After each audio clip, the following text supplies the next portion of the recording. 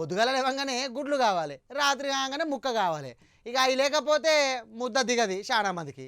ఇక టమాటాల గుడ్లే, ఇక మ్యాగీల గుడ్లే, పోనీకి అన్నంల గుడ్లే, ఇట్లా పొద్దుకి నుండి 4, 5 సార్లు తింటే అందులో ఒక్కటన్నా గుడ్డే ఉంటుంది. ఇక లేకపోతే కోడి చికెన్ ఉండేటట్టు చూసుకుంటారు. కానీ జర్ర బంద్ పెట్టుర్రి కొన్ని దినాలు కోడి చికెను, కోడి గుడ్లు. ఎందుకు ఎరికనా నజరేర్రైతే ఒక పారి. అయ్యో! జేసీబీలతోటి పెద్ద బొంద తవ్వుతుండ్రు. చెట్లు పెడతారా? లేకపోతే ఎవరైనా బొంద పెడతారా అని చూస్తాండ్రులే. చచ్చిపోయినోళ్ళని కాదు, మనుషులం కాదు కోళ్ళను. కోళ్ళకు బొంద ఎందుకు?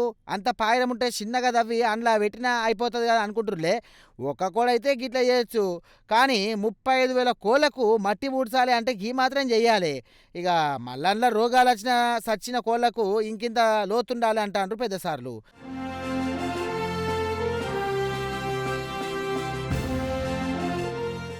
చిత్తూరు జిల్లా పుంగనూరు, సూదం, పీలేరు మండలంలో బర్డ్ ఫ్లూ వచ్చి 35 కోళ్ళు చచ్చిపోయినాయి. ఇక రోగాలు వచ్చి కోళ్ళ పెట్టుకున్న వాళ్ళకు మస్తు తిప్పలైతున్నాయి ఈ కోడి వచ్చే రోగంతో. ఇక తెచ్చినవి తెచ్చినట్టు, పెరిగినవి పెరిగినట్టు పుట్ట పుట్ట నేలు రాలుతున్నాయంట కోళ్ళు. పుట్టవారిపల్లి, అమ్మగారి తారిపల్లి, అలాగే కంబావారిపల్లిలలో కోళ్ళ పారాలు ఉన్న రైతులు గోస చెప్పరాదిగా సచ్చినవి సచ్చినట్టే ఉన్నాయట కోళ్ళు.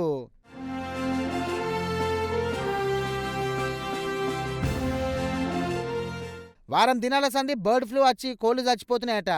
దీంతో కోళ్ల పారాలకు సీజ్ చేసిర్రు. సచిన కోళ్లకు జేసీబీ తోటి గుంతలు తీసి పూడ్చి పెడతాన్రంట. ఇక మీద మీద పెడితే ఆటి రోగం మళ్ళా గాలికి ఇంకిని కోళ్ళకు వాకుతాయని ఇక లోతుగా తవ్వి బొంద పెట్టిర్రు పాపం చచ్చిపోయిన కోళ్లను. ట్రాక్టర్ నిండా పట్టుకొని పోతున్న ఈ కోళ్ళు మొత్తం సచిన కోళ్ళే. నీళ్లు తాగేటి తాగంగా, తినేటి తినంగా, ఎగిరేటి ఎగరంగానే కాలం చేసినాయట కోళ్ళు. దీంతో బర్డ్ ఫ్లూ వచ్చి చచ్చిపోతున్న కొన్ని దినాల కోళ్లకు ఇక గుడ్ల కూడా దూరంగా ఉండుర్రి, తినకుర్రు అంటాన్రు పెద్దసార్లు.